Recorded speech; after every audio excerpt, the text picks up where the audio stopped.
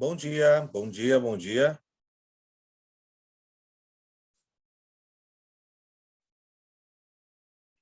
Bom dia, moçadinha.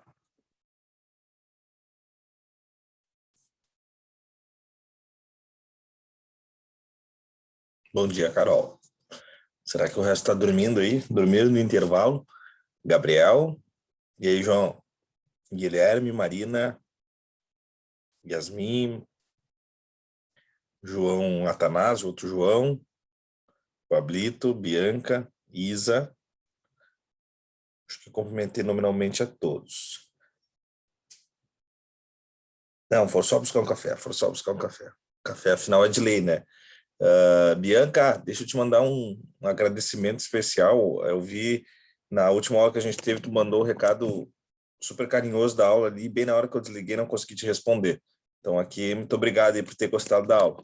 Isso aí é fundamental para a gente, né? Conseguir passar o conteúdo é um compromisso, uma obrigação. Fazer isso de uma maneira que fique agradável é estrelinha no caderno para o professor. Então, obrigado, tá? Bom,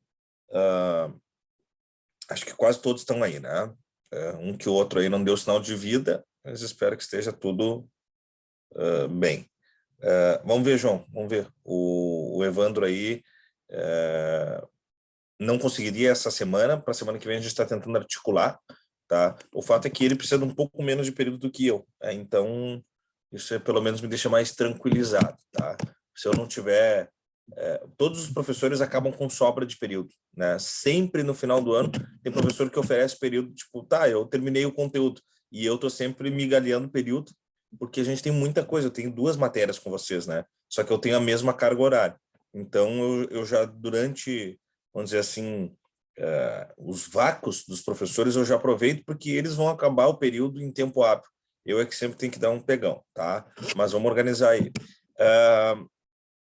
O que é importante? Que a gente retome a aula passada. Então, a gente viu 2 personagens de um período que é a Renascença, que foi isso daí, a aula passada, né? Que é o Maquiavel e o Montaigne, o Michel de Montaigne. Mas daí a gente já partiu para pensadores da modernidade, tá? Que é o Locke, o Rousseau e o Hobbes, um terceto, um trio de pensadores chamados os contratualistas. Quando eu entrar no iluminismo logo mais, vocês vão ver que o Rousseau aparece de novo. É evidentemente que eu não vou te dar 2 vezes o mesmo cara, né? Nós vimos aqui o contratarista Jean-Jacques Rousseau. Aí muda a aula, agora nós vamos ver o iluminista Jean-Jacques Rousseau. Não, porque é o mesmo conteúdo. Então é importante que vocês saibam, e já tomei nota, que o Rousseau é um contratualista e é também um iluminista. E o que isso quer dizer? Quer dizer que o recorte de filosofia do Rousseau está muito ligado aos preceitos, né, de liberdade, igualdade, fraternidade, todo aquele encarceramento filosófico da modernidade iluminista, que depois eu vou retomar, mas que a história a ver com vocês também. O Marcito, se já passou pelo iluminismo, já viu os principais, não necessariamente os baluartes que a gente vai ver, mas os principais as principais causas, bandeiras, motivações por aí afora. Bom, a gente começou com Locke, tá? O que a gente tem que entender do Locke? Ele é um proto-liberal. Então, ele é o primeiro cara a pensar a propriedade privada como um direito inalienável. Então, se debatiam muito o regimento e o protecionismo da instituição sociedade enquanto coisa, né? Então, vamos lá. Até o estabelecimento das regras modernas, gente, das leis modernas, não se tinham parâmetros tão universais de dignidade humana. Do tipo, você não pode violar o meu direito de ir e vir. Você não pode violar o meu direito de manifestação. Você não pode me encarcerar na sua casa, me manter refém. Você não pode me fazer um prisioneiro. Você não pode me matar. Você não pode atentar contra a minha vida. Enfim, essas legislaturas, elas começam a ficar mais universais a partir da modernidade. Então, perceba que o mundo demorou muito para ter responsabilidade social. Ainda não está tão pronto assim, né? tem um monte de coisa para a gente discutir, debater sobre isso. E a gente fala muito sobre o sufrágio universal. Vocês já ouviram a expressão sufrágio, sim ou não?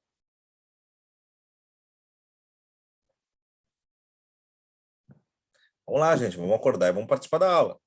Vocês são melhores. Não, Pablo. O Gabriel já, mas não lembra, Yasmin não. Direito das mulheres de votar. Boa, João. Quando a gente ouve, é assim que a gente ouve. Que o sufrágio universal é o direito de voto das mulheres. O sufrágio universal eleitoral é sim quando as mulheres ganharam seu direito de voto, porque empresta para a gente a noção de que, a partir disso, as mulheres, então, equalizaram com os homens que já estavam, né? Olha, o Edu pintou de cobertor na cabeça e tudo. Ah, não tinha caído a luz aqui em casa, voltei. Vamos para a guerra, vamos para a guerra. O sufrágio é o direito de voto, tá? As mulheres fizeram um movimento no início do século, no final do século XIX, e ficaram conhecidas como as sufragistas, os primeiros movimentos politizados de mulheres, não os primeiros movimentos políticos de mulheres, mas com caráter político-eleitoral. E aí garantiu às mulheres o direito de voto. As mulheres não tinham direito de voto até a modernidade.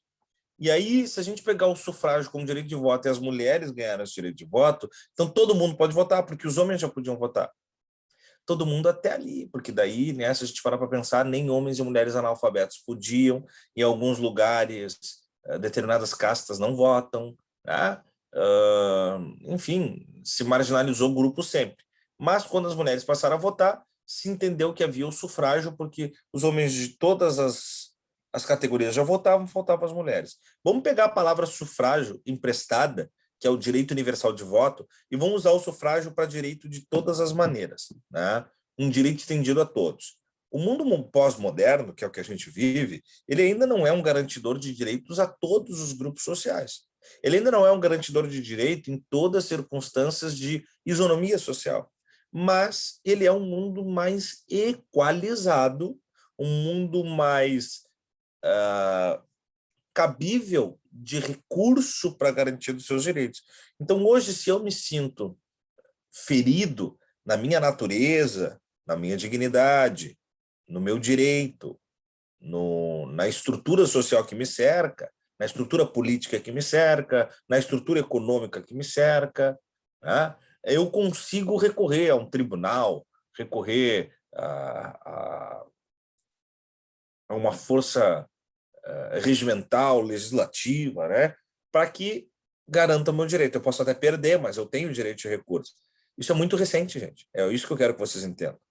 É mais ou menos como se eu dissesse que até a modernidade valia a lei de quem queria que valesse, especialmente o período monárquico. Para a vontade do monarca. Período aristocrático. O pequeno grupo vai definir pronto.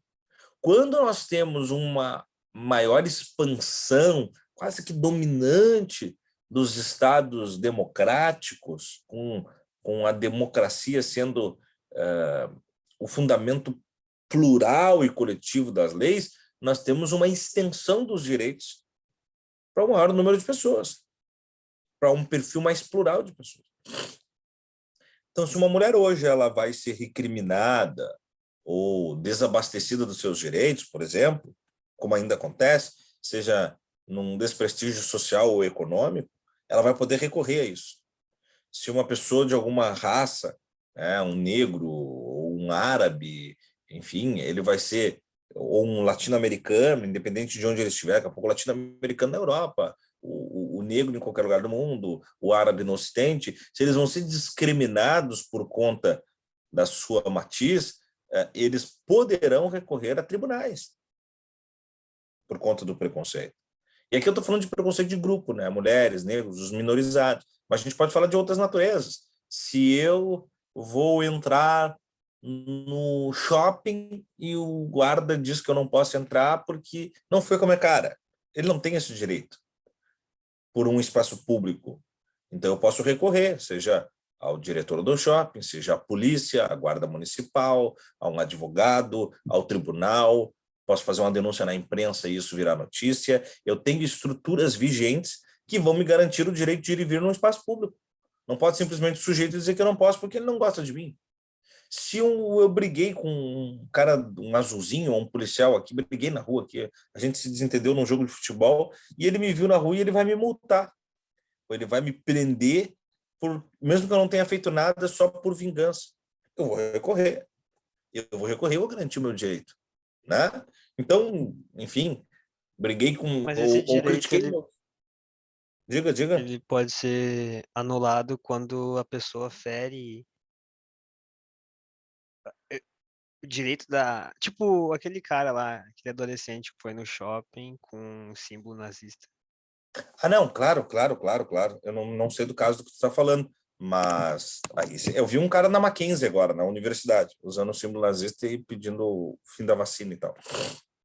Mas, claro, olha só, todos os horrores da humanidade, justificado por grupos ideológicos, eles são reprimíveis porque eles são carregados na sua essência de desvalores humanos, né? Então, olha só, é muito interessante essa tua pergunta, Gabriel. Eu não posso justificar a garantia dos meus direitos na ação e na atuação da pessoa individual ou coletiva que fira direitos de outros, ou seja, não, só um pouquinho. O cara tem direito de não querer racismo, então eu tenho o direito de querer racismo. Não. Se fere a dignidade de uma pessoa, de um grupo, não é um direito assegurado. O fulano tem direito de querer viver, então eu tenho o direito de querer matar, porque é um equilíbrio de direitos. Não, óbvio que não. Então, se eu pegar qualquer grupo, a gente pode pegar os nazistas e os fascistas como o principal modelo social de violência coletiva e individual, mas a gente poderia pegar diversos outros movimentos políticos, ideológicos e tal, que são de repressão ao outro. E quando isso ocorre, vamos pegar os movimentos de fundamentalismo religioso árabe. Vamos pegar o que está acontecendo no Afeganistão, né? O Estado Islâmico, a Al-Qaeda, alguns são movimentos terroristas de ações terroristas, mas o fundamento do jihad, o fundamento de uma cápsula religiosa que vai guiar e nortear suas ações tem a orientação religiosa como premissa política, e isso acaba desassistindo alguns grupos, e por isso não é algo legítimo universalmente falando.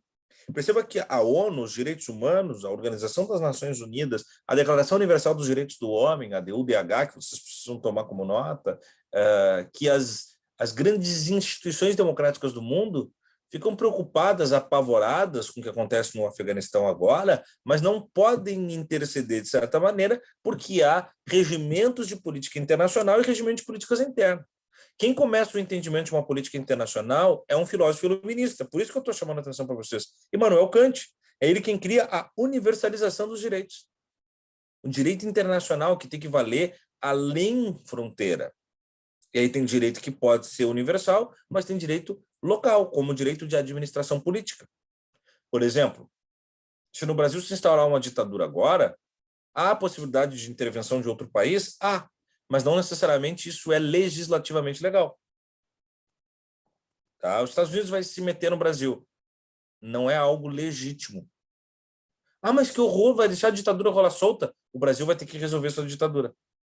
Entende? Não pode, porque senão esse é a esteira de argumentos usadas pelas grandes potências mundiais, como a França, a Inglaterra e os Estados Unidos especialmente, para marchar sobre lugares que eles querem dominar.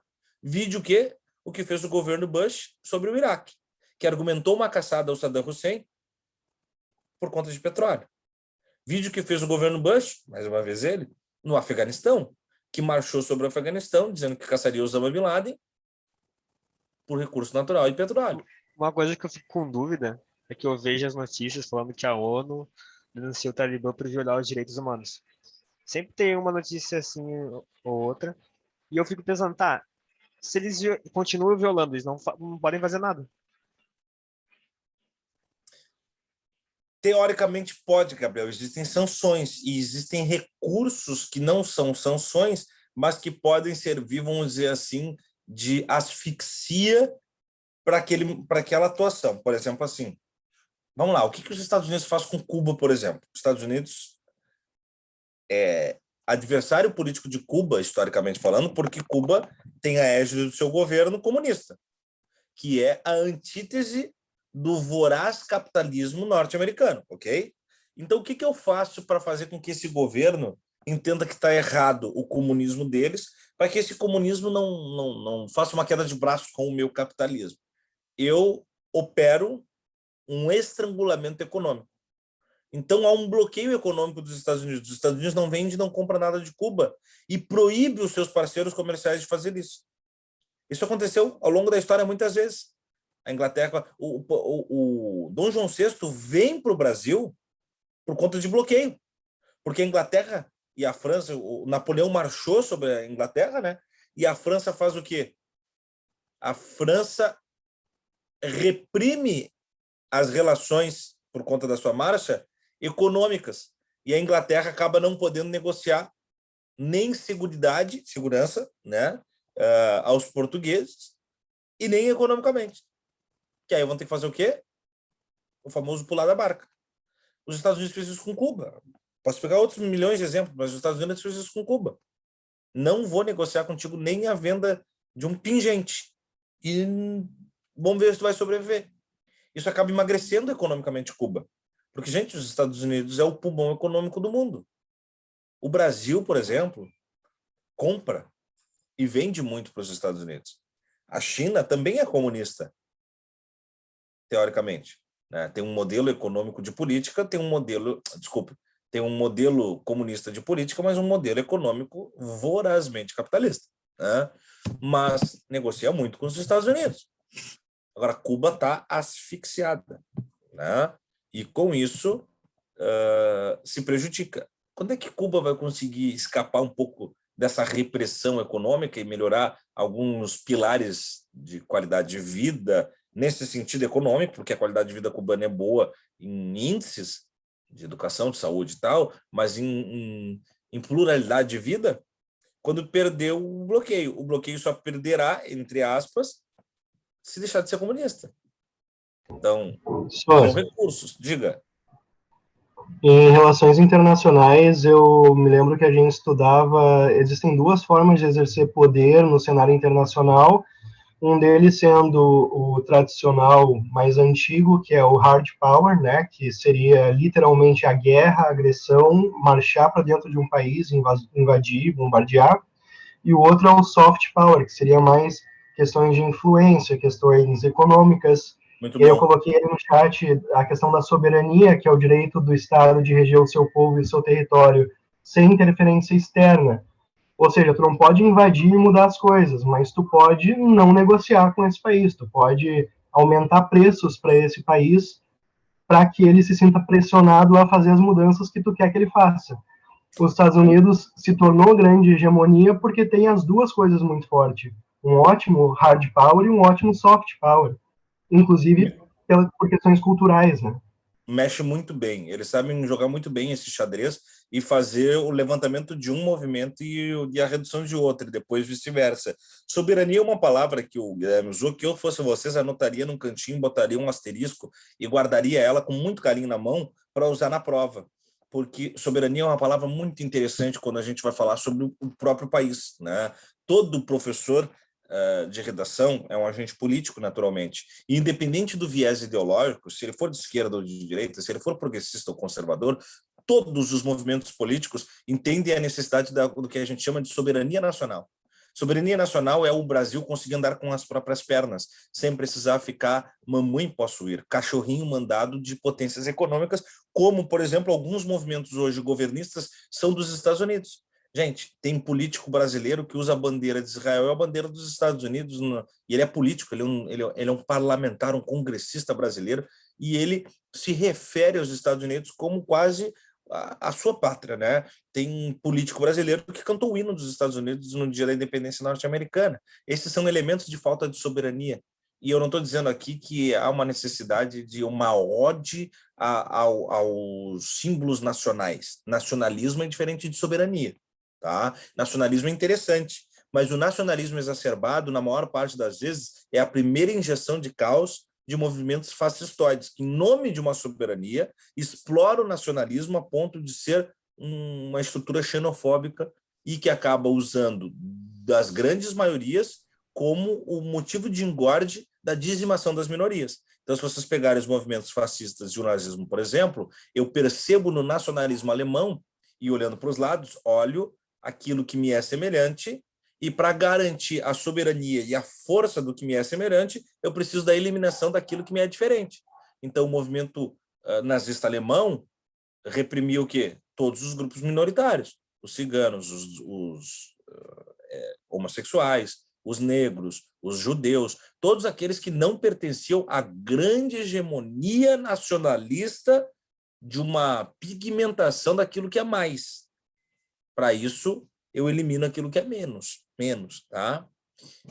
Pablo, sobre a tua fala, tá? Eu entendo o que tu quis dizer. Qualquer tipo de manifestação, se ela for desabonatória com relação ao outro, ela é desaconselhada, ela é recriminada. Porém, se a gente pegar o aspecto gringo e o aspecto negro, cada vez que eu chamo um negro de negro, eu estou usando da condição de pele, eu estou usando da condição de raça para tentar diminuir, na maior parte das vezes. É diferente. Se o Guilherme aqui fosse negro e ligasse a câmera e eu quero dizer assim, Gabriel, faça a dupla com o Guilherme. Ele diz, quem é o Guilherme? Eu não posso não dizer que ele não é o homem negro.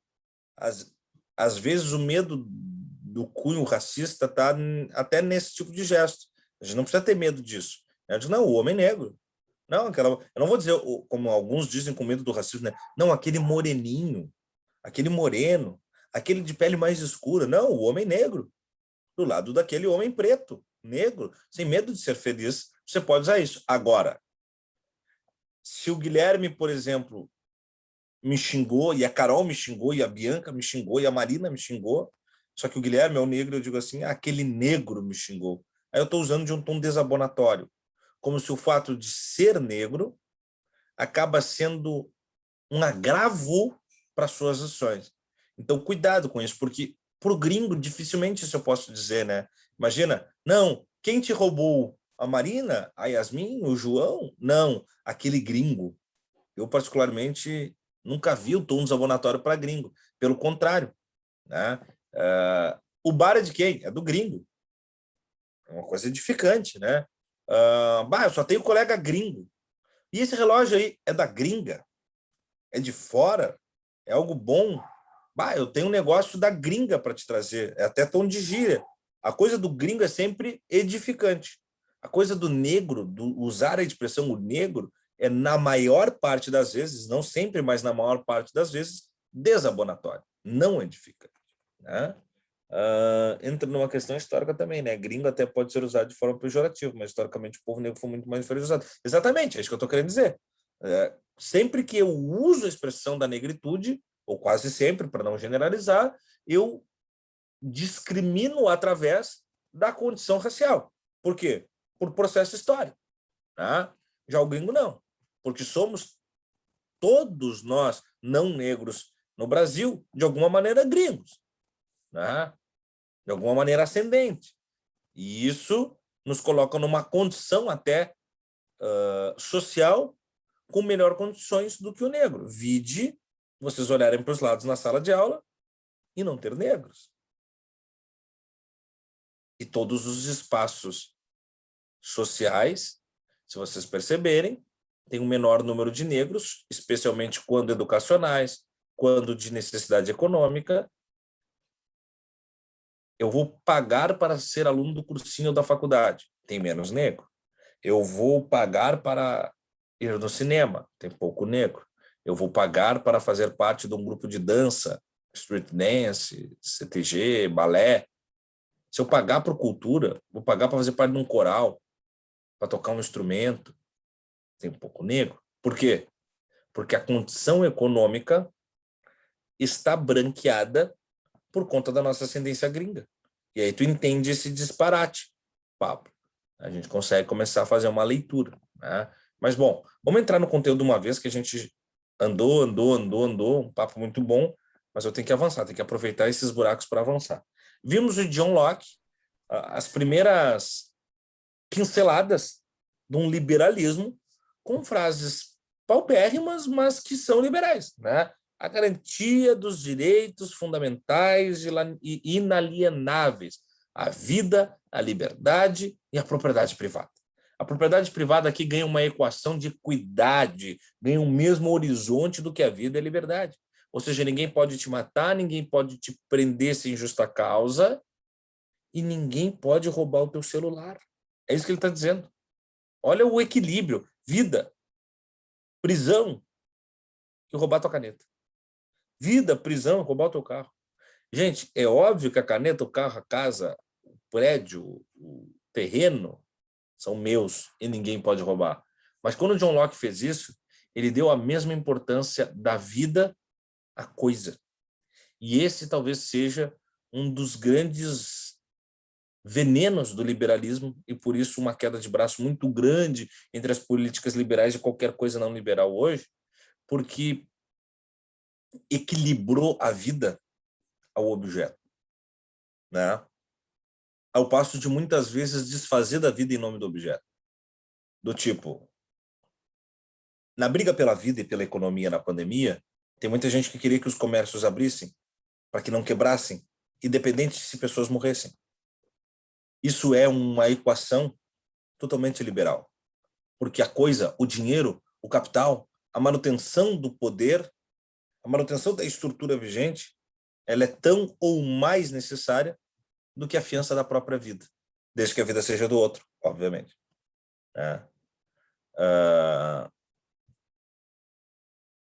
É óbvio que roubar o que não é seu é algo completamente reprimível. Mas vocês lembram o sujeito, aquele que roubou uma bicicleta, os caras tatuaram com uma coisa quente na cabeça dele, eu sou ladrão e vacilão? Isso ali ia mostrar que o objeto tem mais importância do que a vida do alheio. Vocês lembram o menino que roubou uma outra coisa e eles amarraram ele num poste e chicotearam ele? Ele está amarrado e preso, ou seja, teve a sua liberdade privada e não foi pela polícia, foi por populares, e foi agredido e violado até quase a morte. Ou seja, eu dei mais importância para a coisa do que para a sua liberdade e para a sua vida. Então, essa equação ela virou fio quando o capitalismo lambeu os direitos inalienáveis, que é um fenômeno que nós vivemos. O John Locke vai falar sobre soberania. Olha a soberania aí, Guilherme. Né? Só que o John Locke ele despedaça o argumento da soberania grega, que dizia, historicamente, e a Idade Média manteve, de que a soberania do Estado, o Maquiavel falou isso, a soberania do Estado. Ele diz, não. O Estado é uma instituição que não existe, artificial. O que é o Estado, gente? É interessante isso. O que é o tal do Estado? Ele não existe. Então, o que existe é o povo. Então, a soberania não é do Estado, ela é do povo. A Marininha manda aqui, ó. Tinha gente passando fome, isso também interfere. Mas tinha gente passando fome, isso também interfere. Não entendi, Marina. Daqui a pouco foi alguma passagem minha que eu não li em tempo, aí às vezes da pandemia. Não, é evidente, Marina, evidente. Vamos lá. É interessante trazer isso. Eu não estou dizendo aqui que as pessoas não tinham que buscar os recursos de autopreservação e manutenção. Essa é a primeira garantia dos direitos do homem. Mas é para isso que existe o Estado. Aí é que nós temos que entender. Esse é o papel do Estado, porque a soberania do povo, Locke acabou de dizer. Marina, você tem um negócio, você não está conseguindo manter o seu negócio, é a hora do Estado criar mecanismos de preservação da sua vida e da sua condição de preservação dela, de manutenção dela. Então, é por isso que era necessário o Estado quitar as suas dívidas. Como? Não sei. Aí é papel do Estado. Né? Por exemplo, e se o Estado é uma política que geraria polêmica e talvez não me elegesse mais como governante, mas se o Estado visse que a Marina, a Yasmin, o João, a Isadora, o Pablo, o Eduardo não estão conseguindo pagar suas contas de sobreviver, mas o Guilherme e a Carol, o Gabriel e a Bianca, eles são bem ricos, eles têm empresas enormes.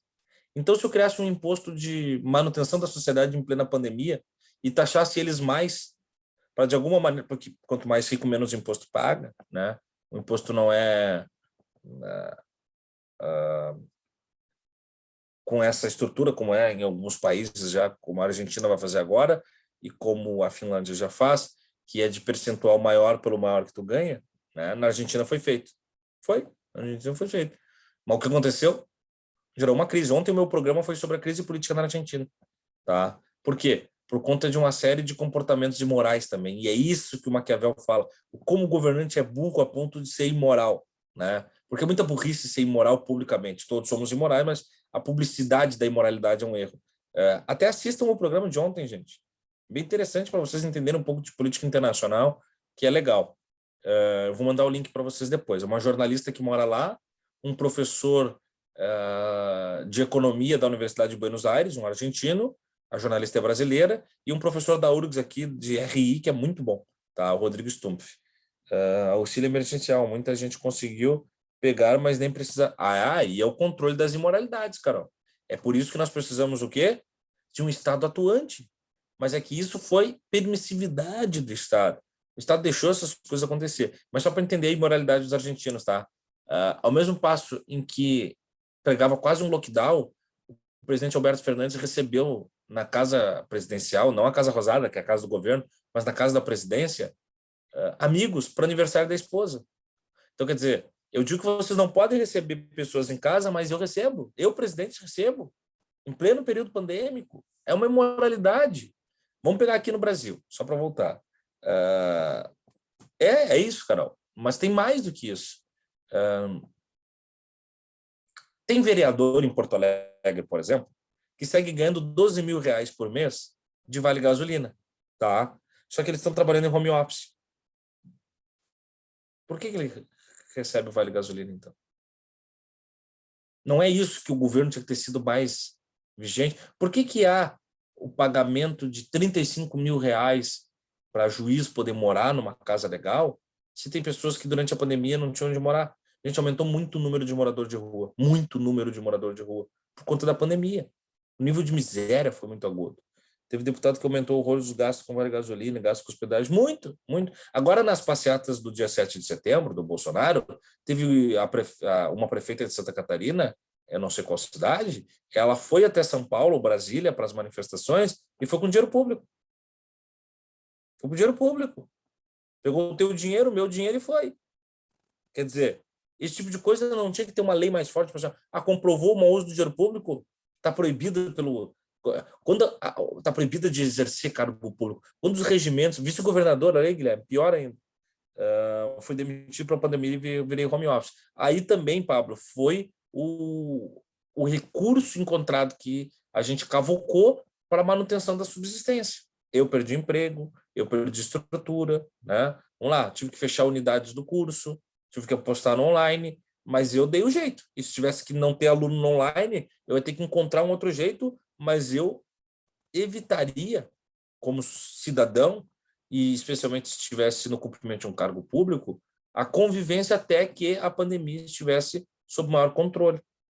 É isso que eu estou querendo dizer. Não é que as pessoas não têm que ter a subsistência, Marina. Tem, mas é para isso que há essa estrutura artificial chamada Estado. Ela vai ter que reger. Ela vai ter que dar um jeito de resolver os nossos problemas. Vamos dizer que não fosse pandemia, tá, Marina? Não tem pandemia, mas vem o tsunami que nem já veio no Japão e lavou o Brasil agora. Destruiu casa, destruiu tudo. Como é que nós saímos dessa agora? Porque daí derrubou a tua empresa, derrubou a minha fábrica, derrubou a casa do Guilherme, derrubou a lavoura da Carol. Como é que a gente sai dessa agora? A gente não tem culpa, nós vamos morrer de fome. Bom, o Estado vai ter que nos ajudar. Ele vai ter que criar soluções. Como? Eu não sei. Porque os japoneses, claro que são economicamente maiores, mas eles conseguem. Eles têm um tsunami num dia, no outro dia eles ergueram o prédio de novo, eles arrumaram a empresa do fulano, não sei o quê. Mas tem boa vontade de governo. Com uma corrupção sempre controlada ali. Né? Diga lá, Guilherme. A gente vai entrar justamente, eu acho, nisso, discutindo Hobbes, Locke e Rousseau, principalmente na questão do tamanho do Estado e do propósito do Estado, porque Exato. Uma coisa é tu dizer, por exemplo, assim, o meu negócio quebrou, o Estado tem que me compensar. Isso é uma coisa. Outra coisa é eu dizer que o Estado é obrigado a dar educação de forma igualitária para todo mundo ter condições de competir, que é diferente. Isso não é beneficiar um ou outro a mais, isso é deixar todo mundo capaz de competir de forma igual, o que muitas vezes não acontece, né? Muito bom. É isso. E aí a grande queda de braço entre o Hobbes e o Rousseau, especialmente, como eu disse, o Locke é mais um pé em cada fronteira, né? Mas esses dois começam a brigar. A primeira coisa boa do Locke, então, foi determinar os primeiros direitos inalienáveis, né? Ele é o famoso isentão, centrão total, né? Depois foi essa noção de descentralizar a soberania do Estado para a população. E por isso eu não vejo esse conteúdo na prova. Hoje o governo ele quer muito se autoafirmar e por isso ele vê o Estado como uma entidade mais do que supranecessária. Então, dizer que o Estado não é soberano é perigoso para uma prova que chega na mesa de milhões de brasileiros. Então, esse conteúdo não. O Estado seria o remédio. Remédio aqui não é remédio, né? Tipo, tomar um antibiótico. Remédio de remediar. O Estado é o remediador. Ele que está ali para colar as placas quando tudo dá pane no sistema. Só que daí, como é que o Estado vai negociar com a gente essas responsabilidades? Através de documentos, papel, contrato social. Então, o contrato social é o produto racional de uma relação entre algo artificial, que é o Estado, com algo real, que é a sociedade, garantindo a vida e todos os outros elementos. Né? A partir disso, também, ele bate na tecla, que a gente já viu em Maquiavel, e que, a partir de agora, os pensadores vão fazer. É o fim do direito divino e é o fim da monarquia como uma cápsula permanente de poder monocrático. O que eu quero dizer com isso? Primeira coisa, os reis estavam lá dizendo que Deus mandou. Mas por que Deus mandou a Carol ser rainha e nós não? Que Deus esperto esse. Ele escolheu o alecrim dourado ali, né? E ele manda e nós obedecemos? Não, isso aí não tem. Não pode ser um monarca porque é o direito divino. Então ele é o primeiro crítico do direito divino. Depois ele como outros tantos críticos da monarquia, né? Porque a monarquia, se vocês pararem para ver, ela pode ser muito boa, né? E como de fato foi. Mas o risco da monarquia dar errado é muito grande por um cálculo simples quantitativo. Eu preciso que uma pessoa fique mal intencionada para dar tudo errado, que é o rei, o monarca. Se ele não estiver bem intencionado por toda a vida dele, dá merda.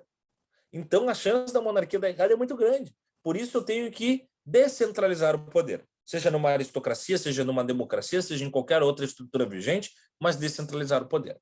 Bom, esse é o lado político do Locke. Depois eu volto para ele, mas eu quero dar uma parte rápido para a gente... Deixa eu ver só se eu fecho o estado político dele, que daí eu quero contar uma historinha para vocês. Tá, aqui é um resuminho das obras dele, tá? Esse primeiro livro dele aqui, ó, Ensaio acerca do Entendimento Humano, se puderem ler qualquer hora na vida, é muito bom, tá? Muito bom. Do Tratado sobre o Governo é o que a gente estava falando. Esse primeiro que eu quero me apegar agora. Deixa eu só ver aqui, tá? Tá, isso aqui de tudo a gente falou. Tá, é agora. Tem duas noções do Locke que eu acho muito legal. Não é o que cai na prova, eu só vou dividir com vocês para vocês verem a pira desse homem, tá?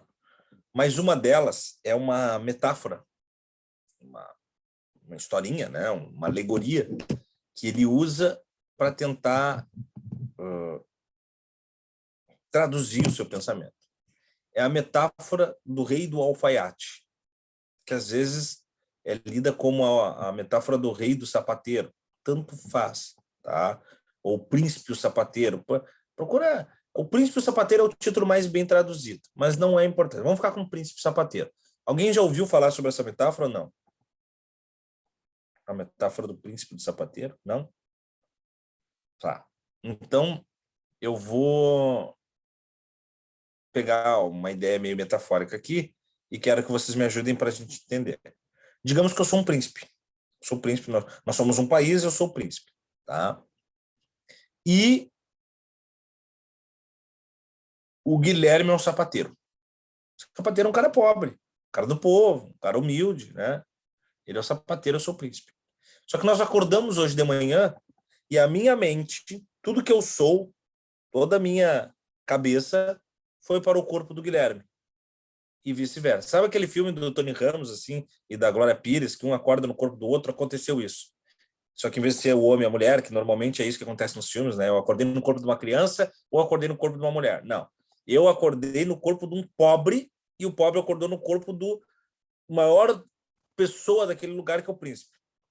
Eu pergunto para vocês, se eu tenho corpo de príncipe, mas eu tenho cabeça de sapateiro, eu sou o príncipe ou sou o sapateiro? Barbie é a princesa plebeia. É a metáfora do Loki. Matou. É isso, Carol. Matou. Eu sou a Barbie, no caso. A princesa plebeia. A princesa, né? E a plebeia é o Guilherme. Tu é o O sapateiro, mas para sapateiro, as pessoas tu é o príncipe. quem mais? Argumentos. Para os de fora, o príncipe. Para quem te conhece, tu é o sapateiro. Na verdade, os dois...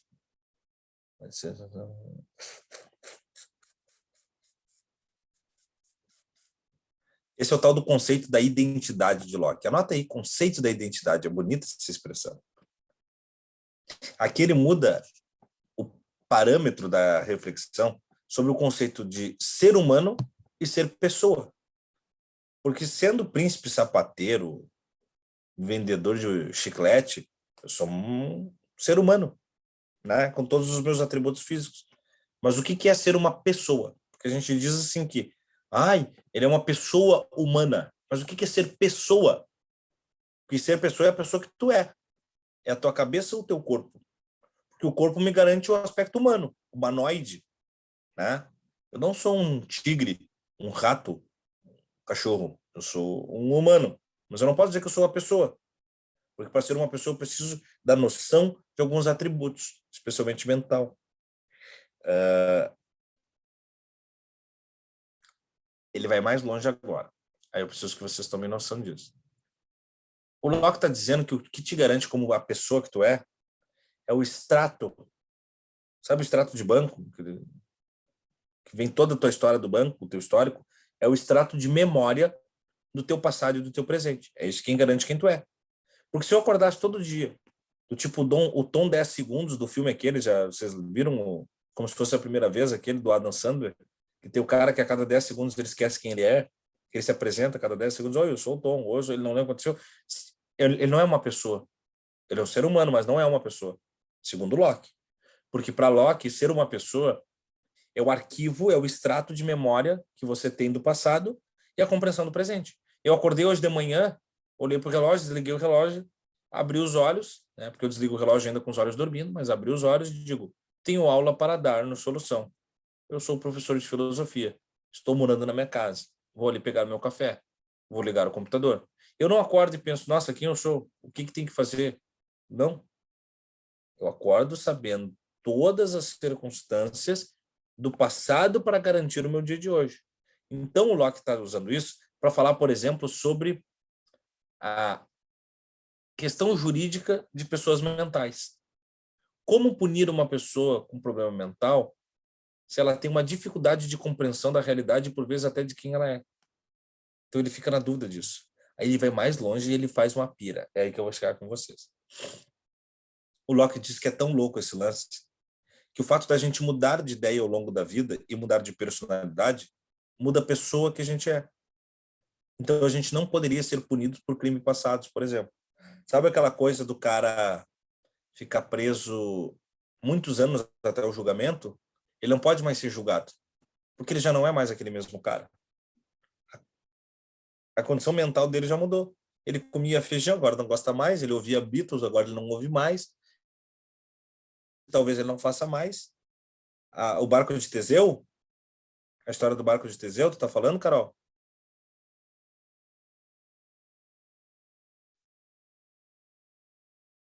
Tu acha que não, Pablo? Não, eu concordo. O Nietzsche vai ser mais louco ainda, Pablo. Olha o que isso é o barco de Teseu. Quem resolve, quer dizer, resolve não, ele não resolve. Mas quem dá a segunda camada de problemática do barco de Teseu é o Locke. É ele quem resolve. O Leibniz se debruça disso do plano lógico. Eu até vou tocar no barco de Teseu, mas acho que na aula que vem, senão a gente vai perder muito tempo. Mas olha só, vamos lá, Gabriel. é confuso mesmo, é muito confuso. A gente pira na aula quando o professor traz a profundidade dessa obra, daí a gente lê a obra e entende melhor. Aqui eu estou só dando uma pincelada, porque isso não vai cair na prova, senão a gente vai perder muito tempo. Marina, a gente muda todo dia, e ele está justamente conferindo a dificuldade legislativa sobre a pessoa, por isso. Né? O Nietzsche vai mais longe, olha o que o Nietzsche vai dizer, que tu tinha que ter um nome na infância e um nome na vida adulta. Porque na vida adulta tu não é nem fisicamente igual que tu era na infância, nem mentalmente e nem comportamentalmente. Ou seja, tu é uma outra pessoa. Então, é como se na infância eu ser o João e na vida adulta ser o Pedro. Porque na infância eu não tinha barba, não tinha cabelo, eu comia terra. E agora eu não faço isso. Então eu tenho que mudar a minha personalidade, tem que acompanhar a minha persona. Né? Eu teria que mudar a minha identidade, porque ela mudou automaticamente. Né? Então, é maluco. Por isso que eu não quero aprofundar muito. Assim, ó, anotem aí a parábola do barco de Teseu, tá? E joga Locke no Google. Se vocês ficarem muito curiosos, vocês vão entender o que a Carol está falando. Eu não vou entrar agora, porque senão a gente vai muito longe. E eu não vou insistir a gente ficar aprofundando essa coisa da identidade. É só para deixar vocês um pouco louquinho, tá? Porque senão a gente vai muito para o lado que não cai na prova e deixa o conteúdo de lado. O âmbito religioso, as pessoas mudam de nome quando mudam de identidade. Simão virou Pedro e Saulo virou Paulo. Exato.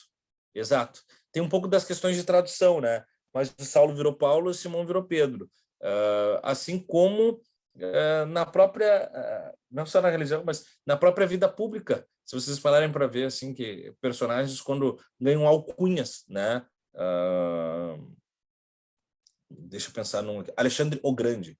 Essas alcunhas, elas definem a identidade do sujeito. Eu não posso dizer que o cara é Alexandre o Grande, o que ele foi? Um sapateiro. Entende? Fulano o degolador. Fulano o imperador. Fulano o louco. Quando eu crio uma alcunha, eu determino a identidade pela personalidade. Né? Pepino, breve, sei lá, o que vocês quiserem, aí, tanta coisa. Mas bota lá que depois a gente até pode aprofundar, mas depois, senão a gente vai enlouquecer no princípio da identidade do Locke, não é o que cai na prova. O que cai na prova é o conceito político do Locke, tá? Bom, matamos a parada, e aí, aí sim, aqui tem uma outra teoria epistemológica do Locke, porque isso que a gente está falando é epistemologia, né, gente? Sabe? Episteme, ideia, pensamento, logia, estudo do pensamento. O que eu penso, o que eu pensava. Só que o que cai do Locke, que é bem fácil, caiu pra caramba na prova, e eu diria que se caísse o Locke é o que cairia de novo. Então, se fosse vocês, destacava isso agora, é a teoria da tábula rasa. Vocês já ouviram falar da teoria da tábula rasa ou não? Cai demais no Enem. Ou também chamada teoria da tela em branco. Sim. Tem uma série dinamarquesa, eu acho que é da Netflix, é dinamarquesa, que chama Tábula Rasa. Eu assisti já. É bem legal. A mulher tem um problema de memória. Então eu já dei a dica. Teoria da tábula rasa. O que é a tábula rasa? Digam para mim, então.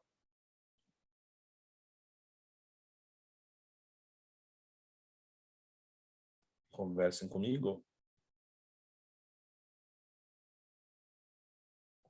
O ser humano não nasce bom nem ruim, ele escreve o caminho dele. Dá para definir assim. Vamos lá. Ele escreve o caminho dele e ele é o responsável pela sujeição dos conhecimentos dele.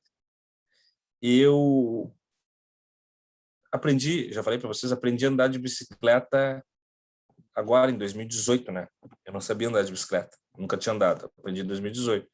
Já tinha mais de 28 anos. Alguns de vocês aprenderam com 5,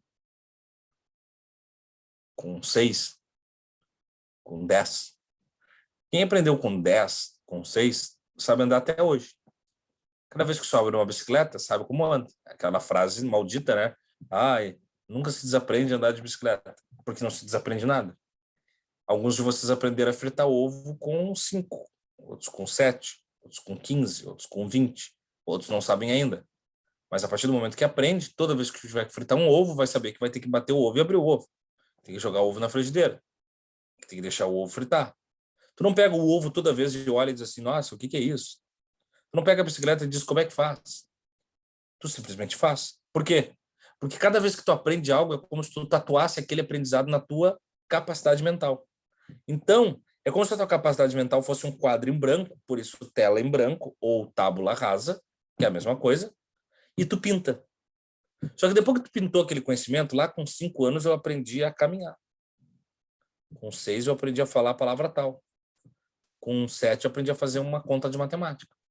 Com 8 andei de bicicleta. Com 9 eu aprendi a, sei lá, pegar um ônibus. Com 10 eu aprendi a não sei o quê. Cada vez que tu aprende isso, tu pinta um novo conhecimento, mesmo que tu pinte por cima daquela outra pintura anterior, aquilo está tatuado em ti. Vai ficar para sempre. Tu não desaprende aquilo que tu já aprendeu. Imagina como é que seria a existência do ser humano se tu tivesse que aprender tudo que tu já aprendeu na vida novamente. Como é que tu pode denominar, Gabriel? Teoria da tela em branco ou teoria da tábula rasa. É a tua relação com o conhecimento, de modo em que a tua aprendizagem e a tua conduta estejam sempre demarcadas. Você é o responsável pela construção do seu conhecimento. Ou seja, quem é o que é porque quer ser. Entende? Todos os conhecimentos que eu aprendo, eu aprendi. Senhor, mas e se eu esquecer de algo? Esquecer é diferente de não saber. Aí é que está. Eu, por exemplo, não lembro a fórmula de Bhaskara, gente. Mas eu acabei de falar o nome dela. Eu sei que ela existe. Eu posso não lembrar e eu posso até errar o cálculo. Mas eu sei o que é, sabe por quê? Porque eu aprendi ela no colégio. Se aparecer agora para vocês uma pergunta na prova, do tipo, quem foi John Locke? Aí a Bianca vai dizer, puta merda, não lembro. Mas o senhor deu. Eu lembro que ele deu, só não lembro quem é. Ah, acho que foi um cara da Idade Média, errei a resposta. Ok, não tem problema. Mas eu sei da existência do sujeito. Agora, se eu perguntar para vocês na prova assim, ó, quem foi João da Silva, o filósofo da Hungria? Ele vai dizer, puta merda, não sei. Claro que não sabe, porque eu acabei de inventar. Mas se esse cara existe, tu nunca ouviu falar dele, não tem como saber. Agora, se eu perguntar para vocês quem foi Sócrates, não lembro, mas já ouvi. Ou seja, eu sei, só não lembro. Está em alguma camada das tinturarias que pintaram a minha tela em branco. Tá? A não ser que tu estrague a tela em si. Tem gente que bota a tela fora, né? Tu sabe, só deu branco. É isso, Marina. O que é o branco? É a retomada da camada primeira. Por isso, tela em branco. A minha camada primeira é a camada do desconhecimento. Quando eu não lembro, é como se eu não conhecesse, mas na verdade eu conheço. Só não estou conseguindo acessar. Imaginem o cérebro de vocês como um gavetário. E cada gaveta tem organizadas os conteúdos etiquetados do conhecimento, né? Meus conhecimentos matemáticos, meus conhecimentos artísticos, só que às vezes a gente bagunça as gavetas. Eu particularmente tenho tudo meio misturado nas minhas gavetas aqui em casa e por vezes nas gavetas do pensamento. Então, quando eu quero acessar um conteúdo que eu não domino tanto, eu abro a gaveta, eu olho, tá tudo por cima. E eu não acho que eu quero. E o que eu tenho que fazer às vezes? Tirar de tudo de dentro da gaveta. E quando eu olho para a gaveta, ela tá o quê? Vazia ou em branco. Aí eu começo a botar de novo organizadamente as coisas. Por isso que quando eu não sei um conteúdo do tipo, eu odeio filosofia, é ele que eu tenho que mais estudar, porque é ele que vai me prejudicar no não conhecimento ou na não lembrança. Eu odeio física, então eu vou só estudar história, porque história eu gosto. É por isso que tu não entra no vestibular, porque tu fica só naquela gaveta que tá arrumada e tu fica ali lambendo ela. A gaveta arrumadinha, tu fica, sabe aquela coisa assim, ó, quando tu abre uma gaveta de estudo e ela tá com as canetas toda organizadinha, os post-it do lado, aí tu fica ali. Aí tu fica acertando como é que diz assim, as canetas, assim, o distanciamento delas, como é que elas estão alinhadas, o alinhamento delas. Já tá arrumado, mano, agora vai. Claro que é zona de conforto. Vai para outra gaveta ali que tá toda bagunçada. Não, mas daí vai dar trabalho. Vou ficar nessa aqui, que ela tá mais bonita de ver. Sabe? É mais ou menos isso. Sem comentários, Gabriel. É triste saber que é errado. Claro, tira toda a nossa energia, né? Pô, eu particularmente prefiro assistir uma aula ou responder uma prova de algo que eu sei, porque me vende uma ideia de que eu tô grandão. Agora, é uma falsa sensação. Toquei na ferida, Yasmin. É bom às vezes tocar na ferida, né? É bom, aproveitem que amanhã é o sábado, o dia que vocês estão começando a se encontrar, e é aí que vocês têm que se erguer. Do tipo, onde é que eu tá? A Carol é boa no quê? Química. O Gabriel tá indo bem o quê? Em história. Bom, então troquem. Troquem. Troquem. Não esperem só pela aula, porque a aula é monocanal. A aula do Evandro é para todos vocês, a minha aula é para todos vocês, a aula do Martista é para todos. Agora, vocês são ilhas dentro desse arquipélago. Então, daí vocês trocam, tá? Então, vamos lá. Tudo que sabemos vem da experiência. Então, pode botar que o John Locke é um empirista. Anota aí. Não sei se isso está anotado em algum canto do slide, mas vocês podem anotar. John Locke é um empirista, assim como Aristóteles. Então, tu pode botar que o John Locke é um aristotélico, de certa forma. Ele está dizendo que tudo vem da experiência, da experimentação, das coisas que eu faço e não das coisas que eu penso. O que ele quer dizer com isso? Que não adianta você ter alguma coisa na ideia se você não levar ela para o mundo exterior. Mas é o mundo exterior quem te dá o conhecimento. Senhor, agora eu buguei. Vamos limpar o pensamento. A história também tá bom mesmo, senhor. Claro que eu acertei. Eu sou o Gandalf, o Gabriel, eu sei de tudo. Olha só. O Platão dizia que nós tínhamos conhecimento já dentro da cabeça, né? Que ele só vem para a rua. É como se... Porque o Sócrates acreditava que tu morria e vinha na próxima vida com o HD lotado da vida anterior. Então, tu sempre tem conhecimento dentro de ti. É como se o bebê que nascesse, ele só não sabe ainda. Mas, vamos dizer que na vida anterior eu fui um médico. Eu, bebê, não vou ser médico, né? Mas quando eu for adulto e uma pessoa tiver um infarto na rua, eu vou saber atender porque na vida passada eu fui médico. É uma coisa bem espírita do Sócrates. Só que para o Platão, ele tira essa coisa mais espiritualizada e passa como se fosse uma transferência de HD. O HD da vida anterior passou para o HD desse computador. Eu passei através do HD externo, tá? O Aristóteles diz que não. Se eu não for estudar aquela bosta, aprender como é que faz, o mundo de fora me trazer para dentro, eu não vou saber. O John Locke está dizendo isso. A minha tela está em branco. Eu tenho que pintar ela. Eu tenho que andar de bicicleta e cair, porque senão eu não vou aprender. Eu tenho que fritar o ovo e ele dá errado. Até que dê certo. Às vezes eu fico me perguntando, gente, na ciência, especialmente na medicina, né? Quantas vezes as pessoas morreram e as coisas deram muito errado até que ela desse certo? Entende? Como é que o cara soube, sei lá, que a soda era cáustica, que mercúrio mata, que não sei o que, tem que ter morrido disso, né?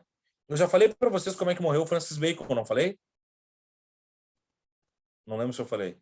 O Francis Bacon, a gente vai estudar ele já, ele era um cientista, né? Era um legislador, era um pensador, mas era um cientista. E ele queria inventar um tipo de um freezer. Não freezer elétrico, né? Porque não existia energia elétrica, mas uma forma de manter o frango refrigerado, as carnes, o frango especial, porque estragavam muito rápido. E ele percebia que a carne estragada fazia mal. Então ele queria manter ela ainda saudável, assim, para consumo. Então ele pegava uma tigela, botava o frango e ia para a neve. Ficava a noite inteira na neve para ver qual era a temperatura que o frango teria que estar para se manter preservado. E ele ia anotava. No outro dia ele ia anotava.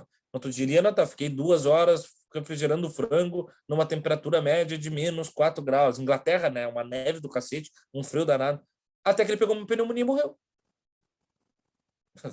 Então, um dos maiores pensadores da humanidade passava as madrugadas na rua, até que pegou uma pneumonia e morreu. Entende? Tem umas coisas assim que, porra, né?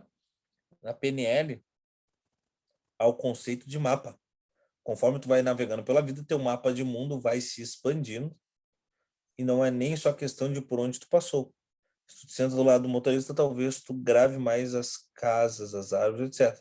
Enquanto o motorista vai gravar mais as sinaleiras, os nomes das ruas. É muito bom. Se você sabe que não pode colocar um garfo na tomada, é porque alguém já fez e não deu bom. Exatamente, Gabriel. Deixa eu pegar essa ideia da PNL do Guilherme só para vocês entenderem um pouco e como essas coisas são legais, que quando a gente vê de maneira genérica, a gente até é distante, mas quando a gente vê no dia a dia da gente algumas coisas, faz sentido.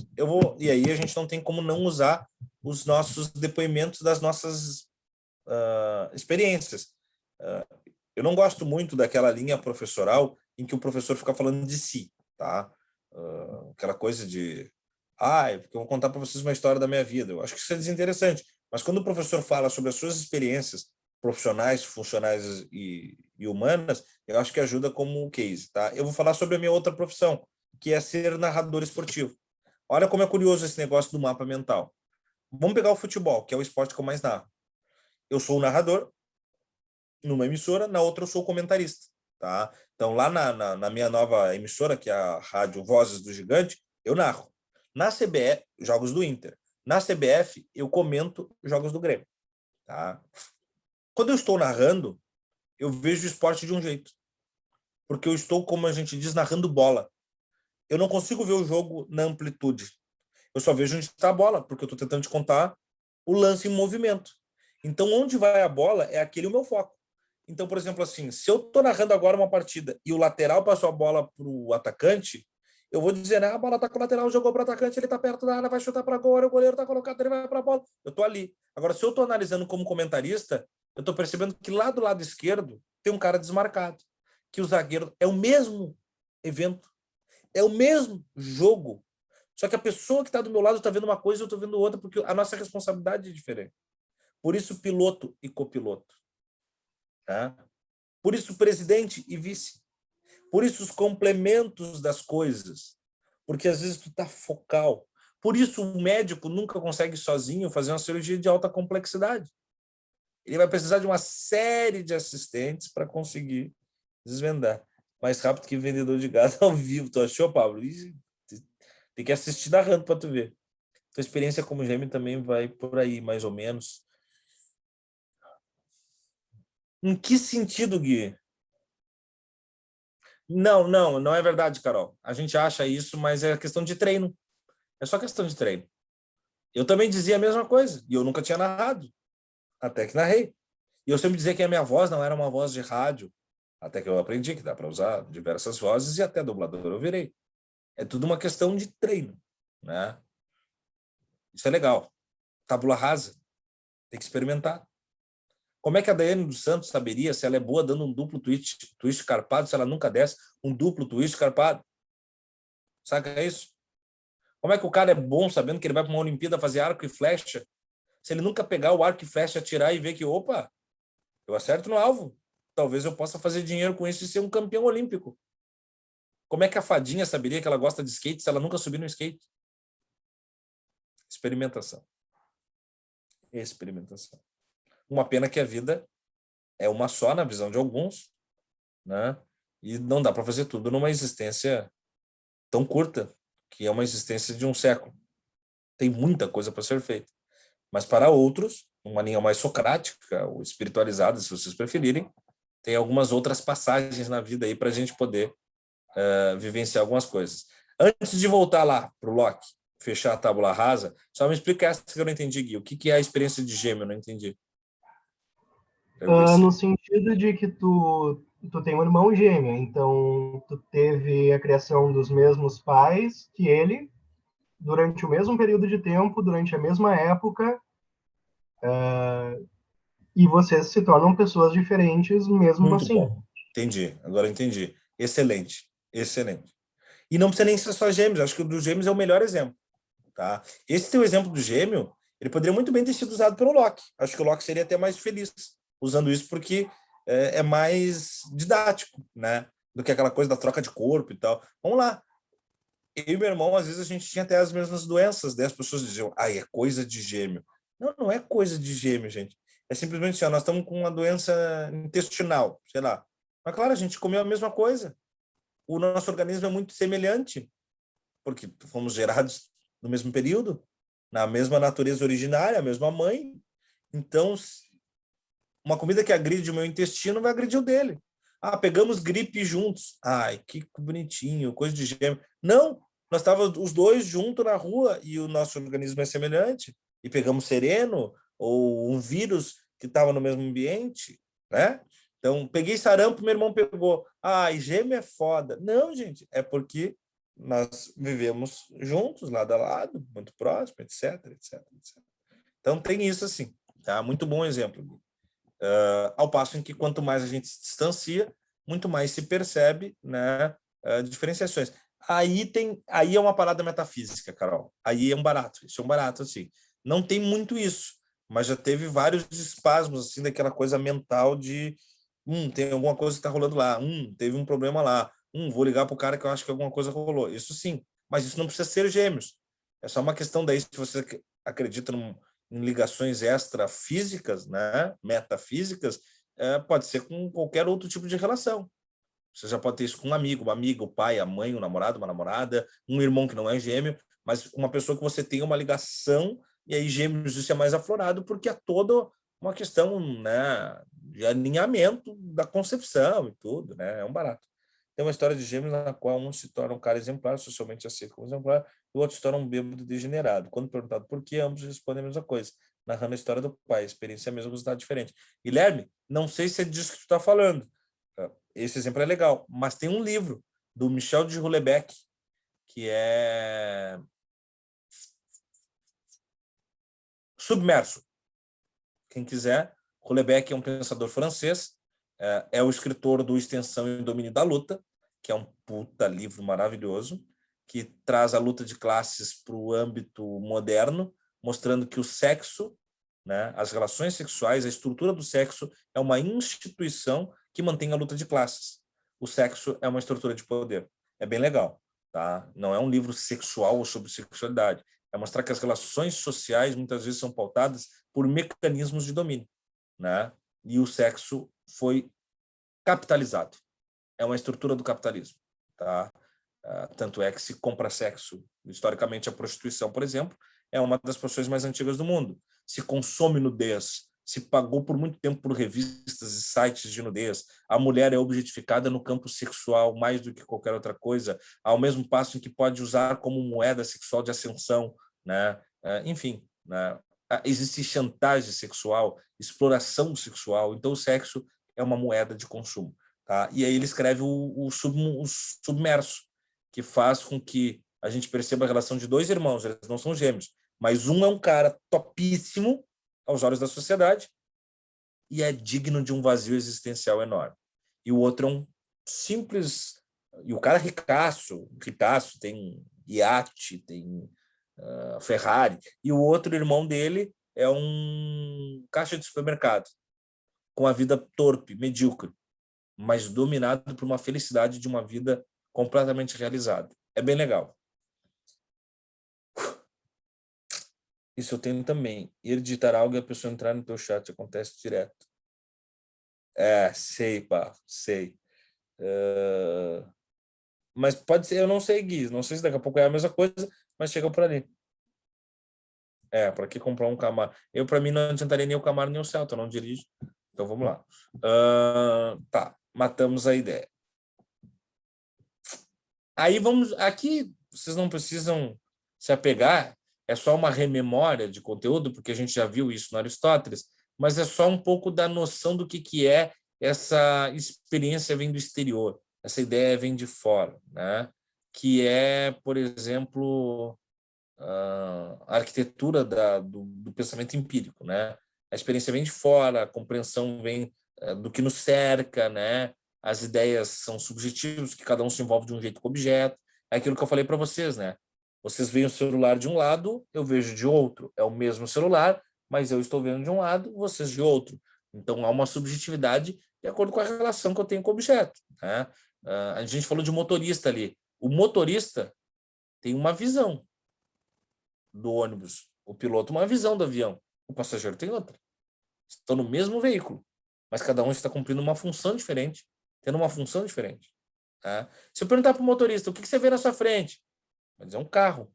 Se eu perguntar para o cara do último banco, o que você vê na sua frente? Ele vai dizer um banco. Ele não consegue enxergar o que o motorista enxerga. Eles estão no mesmo veículo, no mesmo deslocamento, na mesma velocidade, retilíneo uniforme, etc, etc, etc. Chegamos no Thomas Hobbes. Thomas Hobbes é um cara oriundo de uma família abastada, tem boa condição social, né? Ele não só se forma em Oxford, como leciona em Oxford, até que ele vai ser afastado das funções, perseguido, tá? Ele vai... Eu brinco que ele foi amigo, ele tinha um grupo legal, mas é evidente que não foram amigos, só se conheceram, mas eu brinco que o grupinho dele, tu acha teus amigos massa, mas o grupo dele era melhor. Ele era amigo do Descartes e do Galileu Galilei. Ou seja, a história dele é massa, né? Tá vendo que aquela estrela provavelmente não é a mesma. Nem é, Gabriel, certamente não é. Quando eu estudava RI, eu era bem hobbesiano. Eu já não sou mais, mas enfim.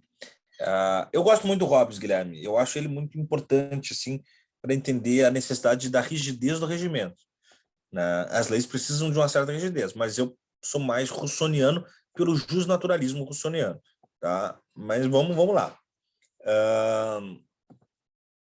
O Hobbes, então, se relaciona, vamos dizer assim, intelectualmente com René Descartes e com Galileu Galilei. E essa informação, antes de qualquer coisa, é importante que tu tome nota, porque o Galileu é o cara da mecanicidade, é o cara que viu o universo como uma máquina, né? Tudo parecia meio que um motor, uma coisa funciona para outra funcionar, e uma coisa direciona a outra, e tudo funciona meio que pá. E o Descartes é o cara, né, das metodologias cartesianas, por isso o Descartes cartesiano, né? Método cartesiano, plano cartesiano de coordenadas, que é o quê? É tudo nos seus devidos lugares, tudo organizadinho também. Isso influencia o pensamento de Hobbes. E ele diz o quê? A sociedade também é uma máquina toda organizada, toda ajustada. Então ele percebe a sociedade como um motor. Anotem isso. Cada pecinha está no seu lugar para fazer o todo funcionar. Agora eu pergunto para vocês, e se uma peça do motor estraga, o que se faz?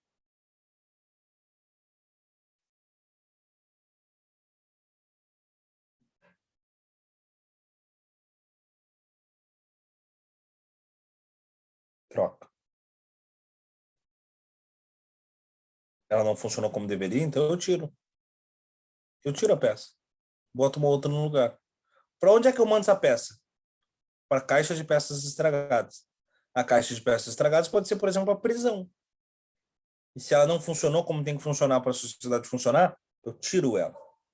Ou seja, a lei está ali para fazer a sociedade funcionar. Aquilo que não dá certo é extraído da sociedade. É a punição. É o caráter sancional.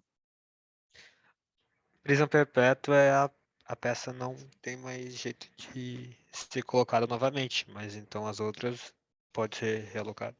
Pode ser. Pode ser. Eu posso tirar a peça e reparar ela e devolver ela. Aí é o caráter não só punitivista da lei, mas o caráter educacional da lei, de reformatório. E aí sim, a prisão perpétua para os espaços que entendem a legitimidade disso é uma boa metáfora. Gente, o Hobbes viu os horrores da Guerra dos 30 Anos, a revolta da Boemia.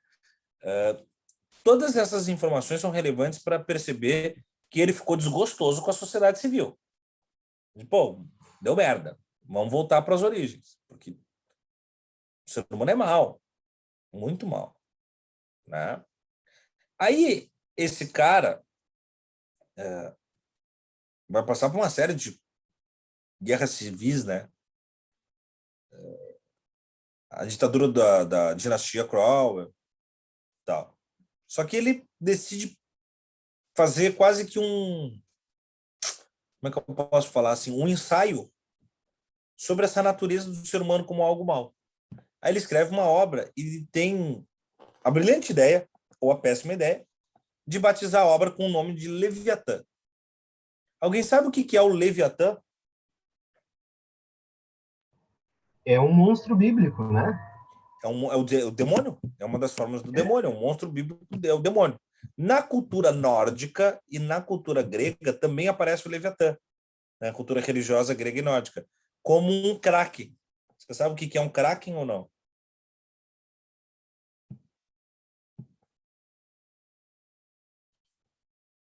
que é o Kraken? Um monstro marítimo. É o famigerado monstro do Lago Ness, é um Kraken, por exemplo. Né? Um bicho terrível. No Piratas do Caribe aparece um Kraken que me dá uma agonia só de lembrar. Quando o barco tá bem pequenininho, aquele bicho enorme com uma boca enorme. Aquilo é um Kraken. Né? Na cultura, então, nórdica e grega, existe Kraken, que é o Leviatã. Na cultura bíblica, aparece com o mesmo nome, como a forma mais tenebrosa do demônio. Porque o demônio ele tem várias formas. Assim como Deus também pode ter múltiplas, o demônio tem. E a mais feia, a mais monstruosa é o Leviatã. Esse cara bota o nome do livro de Leviatã. Será que a Igreja Católica gosta de um nome do livro com o nome do diabo?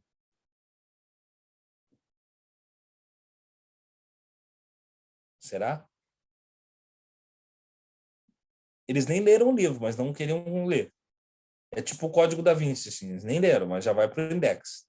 O livro dele é mandado para o Index e ele passa a sofrer uma perseguição institucional. Nessa perseguição tem um bispo, o bispo de Derry, que vai acompanhar o Thomas Hobbes, que vai dar pena, gente. O cara vai para a porta da casa dele e fica lá esperando ele levantar de manhã. Quando ele vai dar aula na faculdade, o cara vai atrás dele, atucanando ele, atucanando ele, atucanando ele. Quando o Hobbes está dando aula, esse cara está espalhando cartaz para as pessoas na rua, dizendo assim, esse aí, ó, pregador do demônio, endiabrado, bandido, vagabundo, filho da puta. Até que ele pega os livros do Hobbes, leva para o pátio de Oxford e faz uma fogueira enorme. Aí o Hobbes diz, para mim acabou. Eu vou me retirar da vida pública, vou me escorar num canto, vou me mudar para Relvado e vou ficar quietinho no meu canto, entendeu? Não quer mais os holofotes. O hater do Hobbes, muito bom, o hater do Hobbes. O ano, olha como é curioso, o nome do livro é Leviatã, o demônio. O ano em que deu o auge da perseguição a Hobbes, em que a comunidade católica toda já estava reprimindo ele de muita maneira, é 1666. Ou seja, 666. É muito curioso isso, assim, né? Que é o número do diabo, para quem não sabe. Né?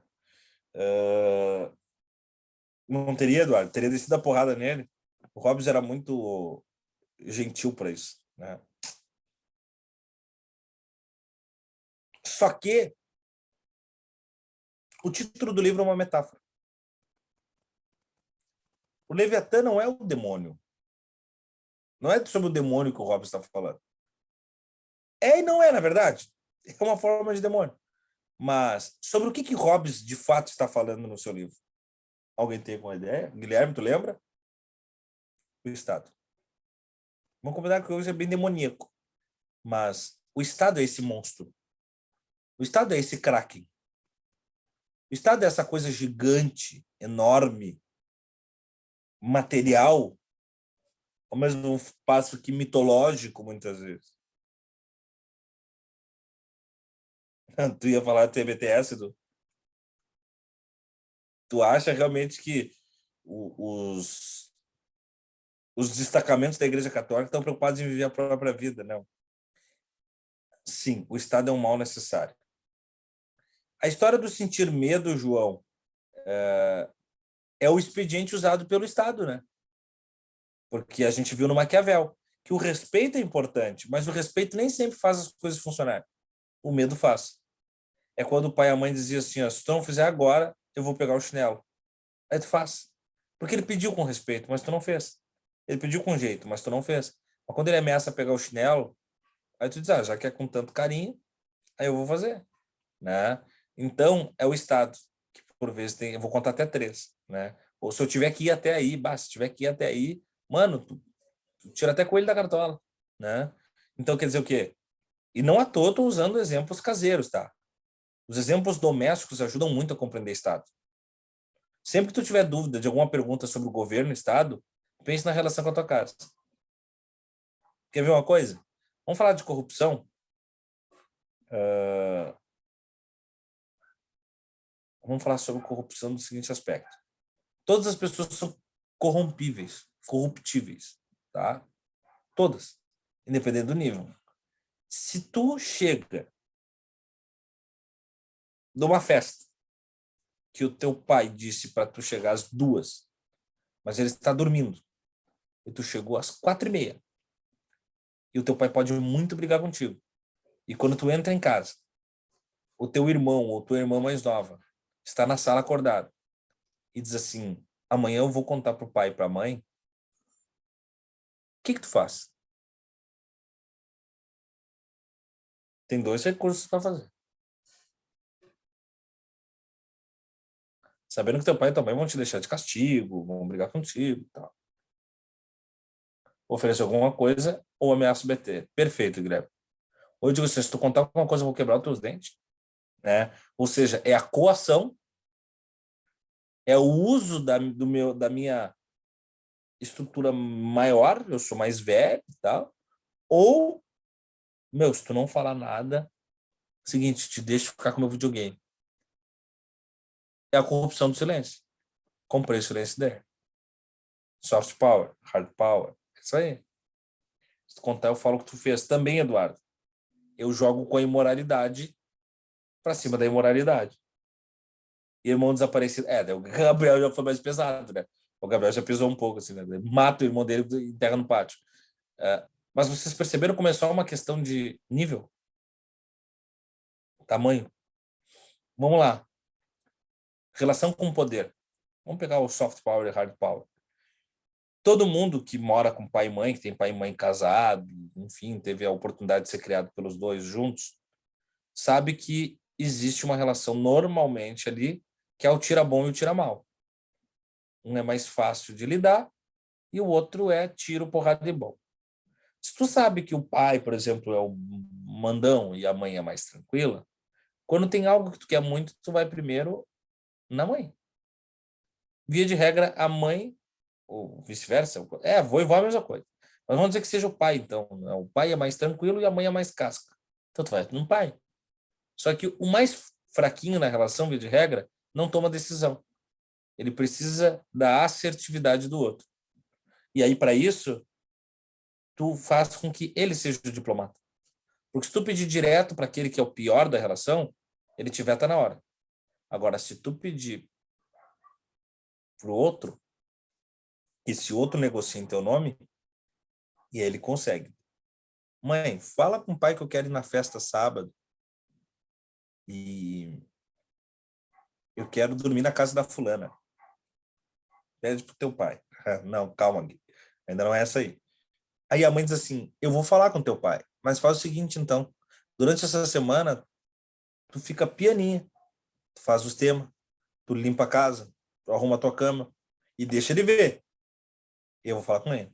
Aí a mãe vem da negociação e diz assim, olha, eu falei com teu pai, ele percebeu que tu arrumou tudo, só que ele disse que tu pode ir na festa, mas ele te busca. Ah, mãe, mas não é o que eu queria. Bom, é o que tem.